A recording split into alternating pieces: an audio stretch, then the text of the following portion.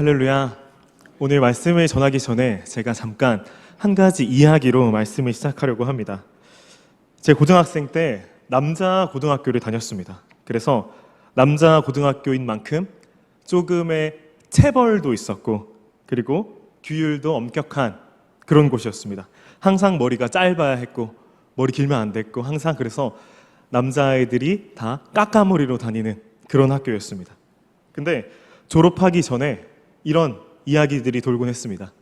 졸업하기 전에 모든 학생들이 한 번씩은 꼭 맞아야지 졸업을 할 수 있다라고 하는 이야기가 있었어요. 근데 저는 그 학교에서 단 한 대도 맞지 않고 졸업을 했습니다. 할렐루야. 그런데 한 대도 맞지 않고 저는 맞는 거를 많이 지켜봤습니다. 그런데 항상 선생님들께서 저희 학생들이 체벌하실 때 항상 하시는 말씀이 있었어요.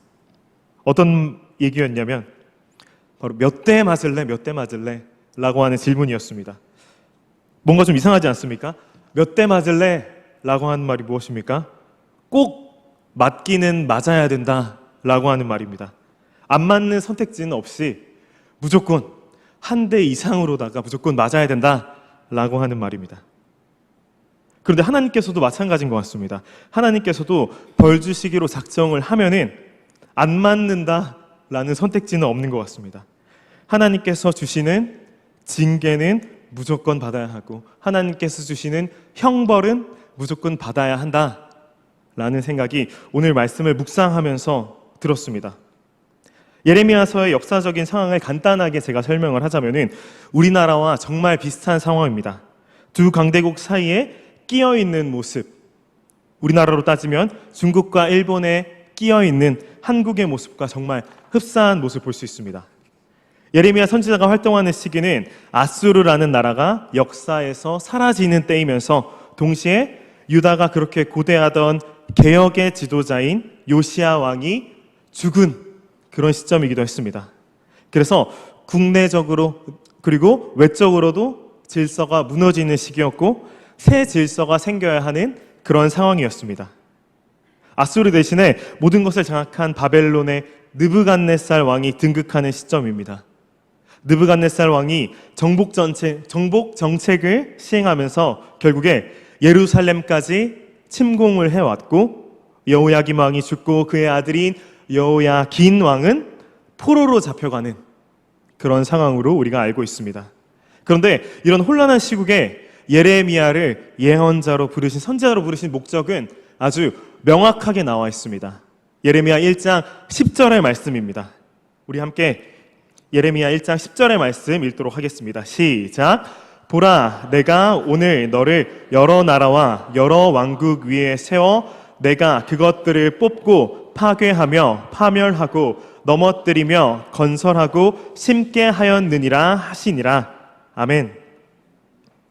현재 여호와 하나님을 찾지 않는 이스라엘을 철저히 붕괴시키고 무너뜨린 후에 다시 건설의 소망을 주시겠다라고 하는 말씀이 예레미야 1장 10절에서 나옵니다.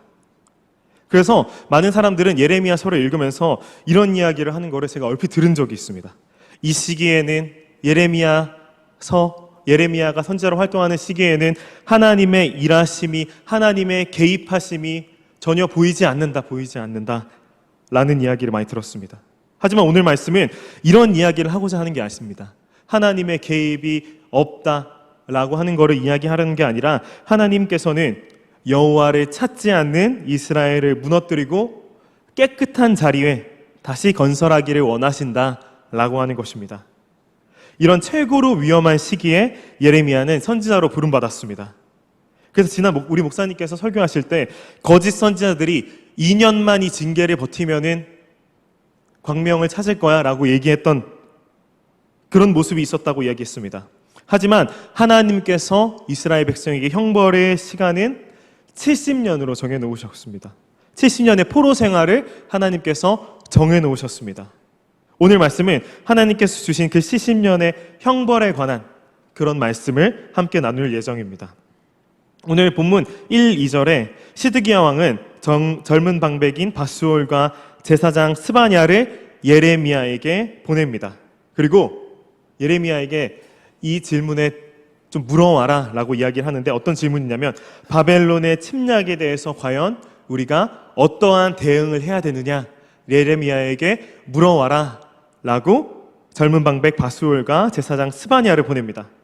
시드기야 왕은 남유다 왕국의 마지막 왕이면서 여호야김의 아들 그리고 여호야긴 왕이 바벨론으로 잡혀간 후에 바벨론 왕 느부갓네살에 의해서 유다의 왕으로 세워진 바벨론의 꼭두각시 같은 그러한 왕입니다.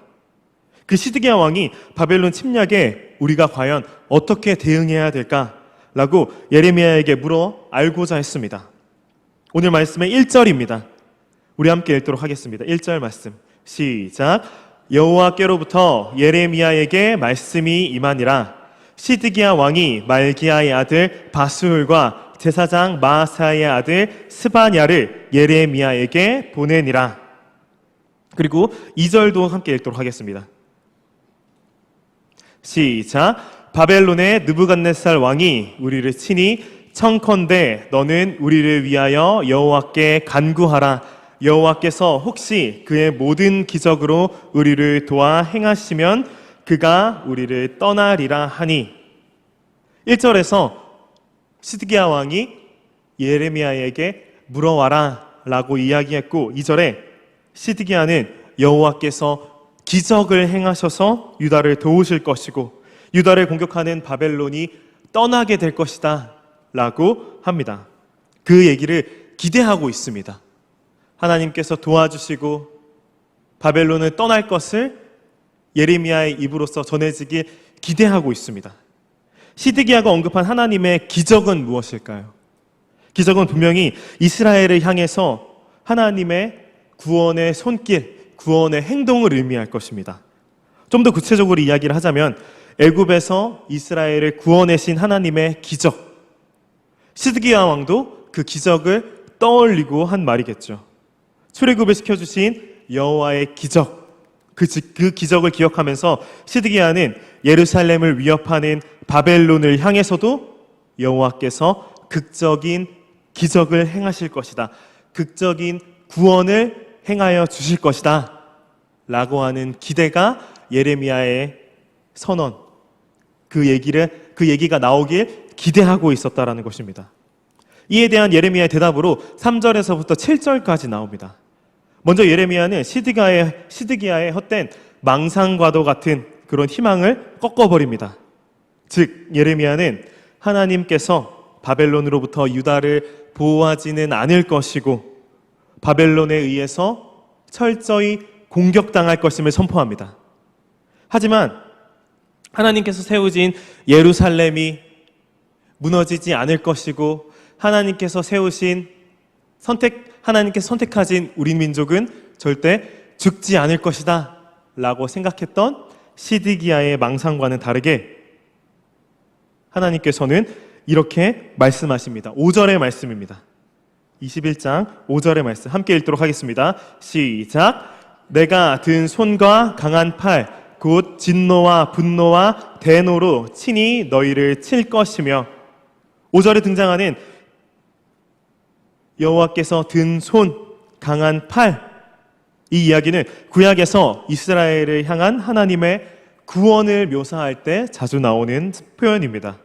그러니까 이 표현은 구약에서 이스라엘 대적을 물리치시는 거룩하신 전사이신 여호와가 이스라엘을 역사 가운데서 구해내면서 이스라엘을 위해서 싸우셨을 때 거룩하신 손, 강한 팔이라는 표현이 나오지만 이제는 어떻게 이야기하고 있습니까?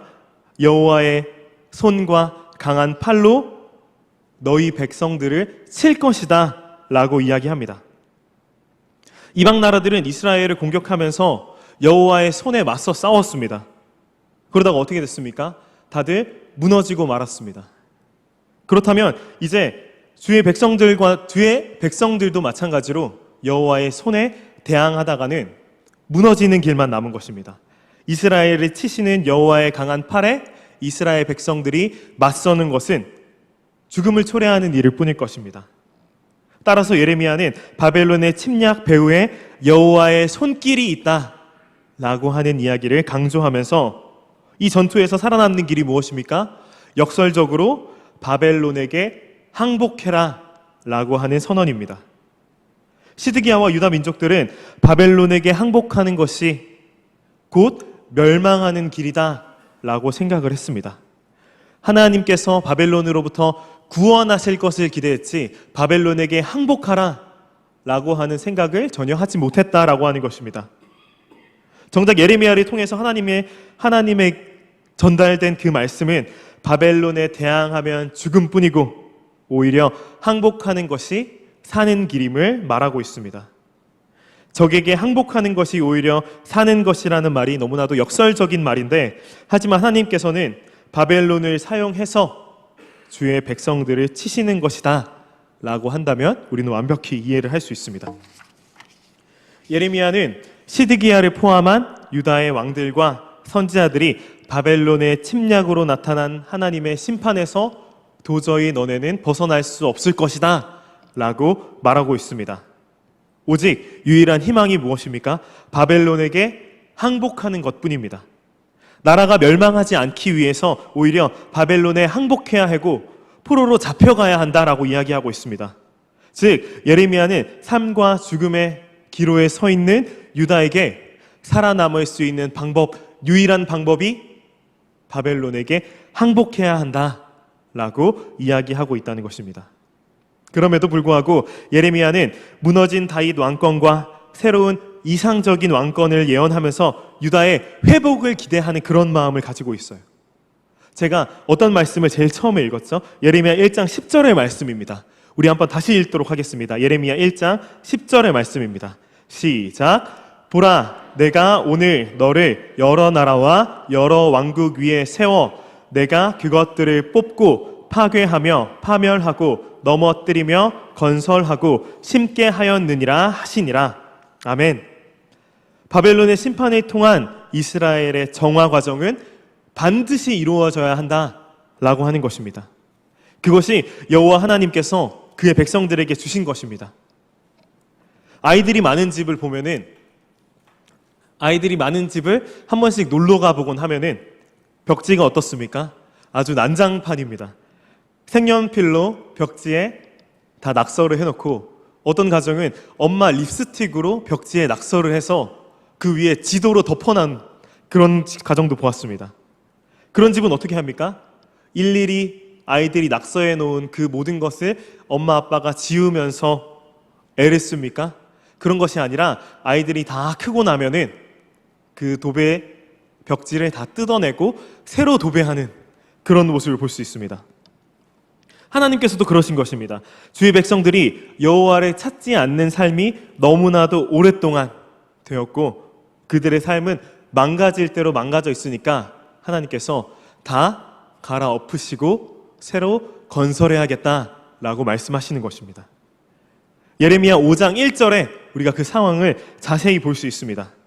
예레미야 5장 1절의 말씀입니다. 함께 읽도록 하겠습니다. 시작. 너희는 예루살렘 거리로 빨리 다니며 그 넓은 거리에서 찾아보고 알라. 너희가 만일 정의를 행하며 진리를 구하는 자를 한 사람이라도 찾으면 내가 이 성읍을 용서하리라. 단 한 사람도 진리를 구하는 자가 없었다고 합니다. 그래서 여호와를 찾지 않는 진리를 구하는 사람이 단 한 사람도 없으니까 주의 백성들을 벌하셔야 됐고 징계의 기간 중에 정신을 차리고 여호와께 돌아오는 그러한 회개를 하나님께서 원하신다고 하시는 것입니다. 그러기에 예레미야에서에는 바벨론 포로에 잡혀가지 않고 유다에 남아있는 그런 사람들을 나쁜 무화과로 비유를 합니다. 시드기야 왕을 나쁜 무화과로 비유를 합니다. 그 이유가 바벨론의 포로로 잡혀가지 않고 유다에 남아있었기 때문입니다. 하지만 포로로 잡혀가는 자들을 좋은 무화과라고 비유를 합니다. 예를 들어서 여호야김의 아들 여호야긴 왕이 포로로 잡혀갔기 때문에 좋은 무화과라고 얘기를 하는 거죠.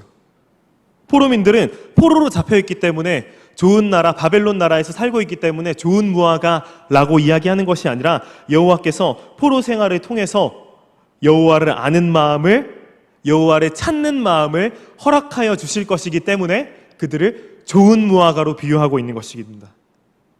예레미야 24장 7절에 이렇게 나오고 있습니다. 예레미야 24장 7절의 말씀입니다.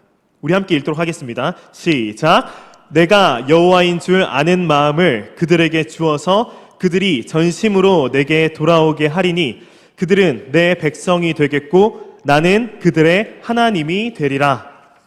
아멘. 하나님께서는 이스라엘 백성들이 전심으로 돌아오기를 원하신다는 것입니다. 엄청난 징계를 내리시면서까지 주의 백성들이 하나님을 찾기를 원하신다는 것입니다.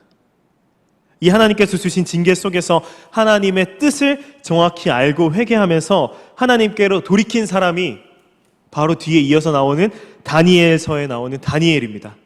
그 이야기까지는 다 하지 않겠지만 하나님께서 주의 백성들이 죄를 지으면 반드시 징계하신다 라고 하는 내용을 우리 오늘 이 말씀으로 함께 나눴습니다. 여러분들, 이 징계는 정죄가 아닙니다. 로마서 8장 1절 예수 그리스도의 안에 있으면 정죄함이 없다라고 말합니다. 더 이상 죄에 대한 형벌인 사망이 우리에게 있지 않다라고 하는 것입니다. 왜요? 예수 그리스도가 우리를 위해서 대신 죄의 대가를 다 치르셨고 부활하셔서 죄를 그리고 죽음을 이기셨기 때문에 예수 그리스도와 연합한 우리에게 결코 정죄함이 있지 않다라는 것입니다. 하지만 정죄함이 아닌 하나님께서 내리시는 징계는 분명히 있습니다. 만일 우리가 계속해서 죄악된 길로 행하면서 회개하지 않고 죄에서 돌이키지 않으면 하나님께서는 우리가 돌이키시기를 바라는 마음에 아주 거룩한 징계를 내리실 것입니다. 하나님께서 그렇게 하지 않으신다면 우리를 사랑하는 하나님이 아니실 것이고 우리를 염려하는 아버지가 아니실 것이고 부모님이 자녀가 잘 되길 바라는 마음에 징계하듯이 하늘의 아버지께서도 당신의 자녀들이 유익하기 위해서 징계를 내리시고 벌을 내리신다 라고 하시고 사랑으로 고쳐주시기까지 하실 것입니다. 그래서 히브리서에서는 이렇게 이야기하고 있습니다. 히브리서 12장 8절에서 9절 말씀입니다. 우리 함께 읽도록 하겠습니다. 시작. 징계는 다 받는 것이거늘 너희에게 없으면 사생자요 친아들이 아니니라. 계속. 또 우리 육신의 아버지가 우리를 징계하여도 공경하였거늘 하물며 모든 영의 아버지께 더욱 복종하며 살려하지 않겠느냐. 아멘. 징계는 다 받는 것이라고 이야기하십니다. 징계가 우리에게 없으면은 우리는 사생자라고 이야기하고 친아들이 아니다 라고 말씀하십니다. 그리고는 말씀에 이어져 나오고 있어요. 육신의 우리 아버지도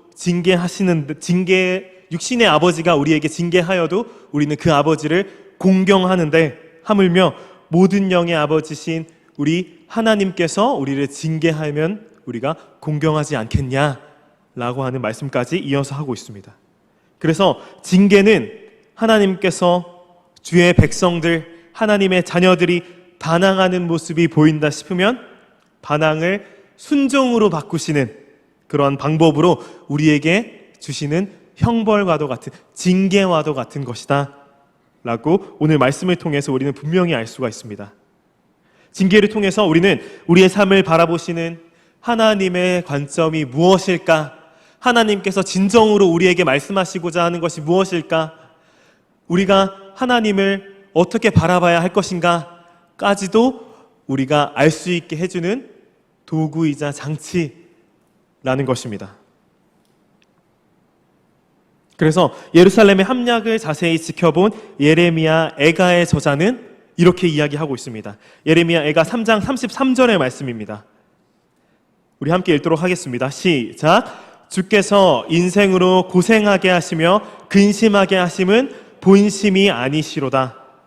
예루살렘의 함락을 두 눈으로 지켜본 예레미야 애가의 저자는 하나님께서 징계하심이, 우리 인생에 고생하게 하심이 하나님의 본심이 아니시구나 라는 것을 고백을 하죠.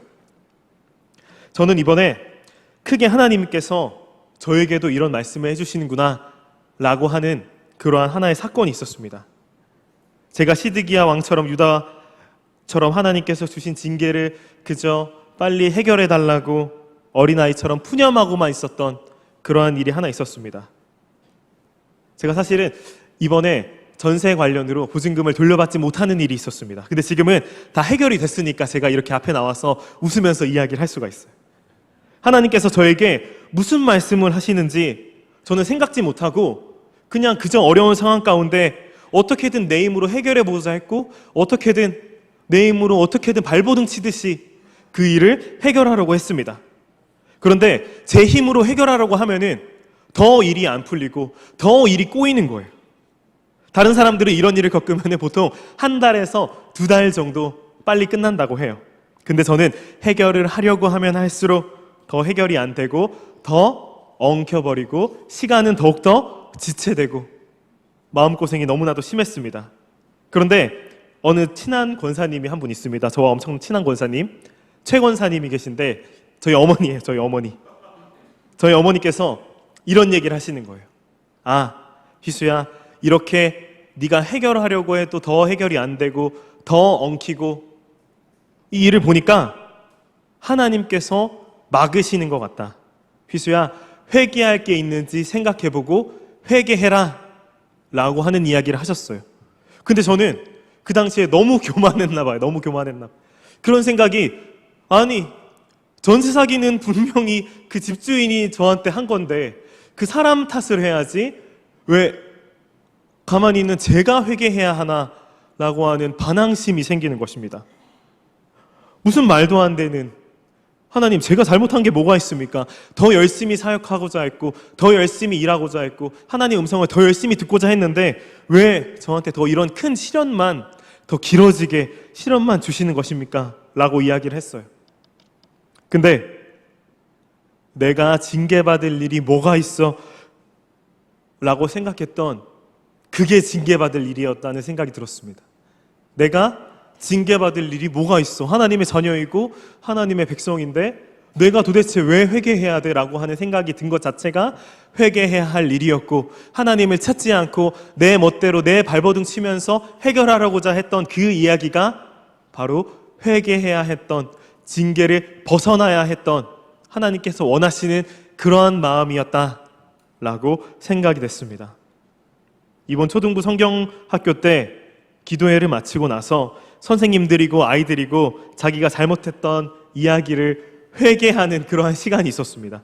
너무 놀랐어요. 평양 대부흥 운동이 그 자리에서 일어난 줄 알았어요. 아이들도 내가 동생들아 미안해, 내가 이런 잘못을 했어 라고 회개하고, 선생님들도 그런 이야기를 하는 걸 보면서 저는 그냥 감동만 받고 그 자리에서 그쳤습니다. 그리고 나서 성경학교에 돌아와서 우리 초등부 선생님들과 아이들이 받은 그 은혜를 빼앗기지 않기 위해서, 아이들이 받은 그 은혜를 사탄이 공격하지 않기 위해서 우리가 방비하는 기도를 하자라고 함께 다시 기도를 하고 있습니다.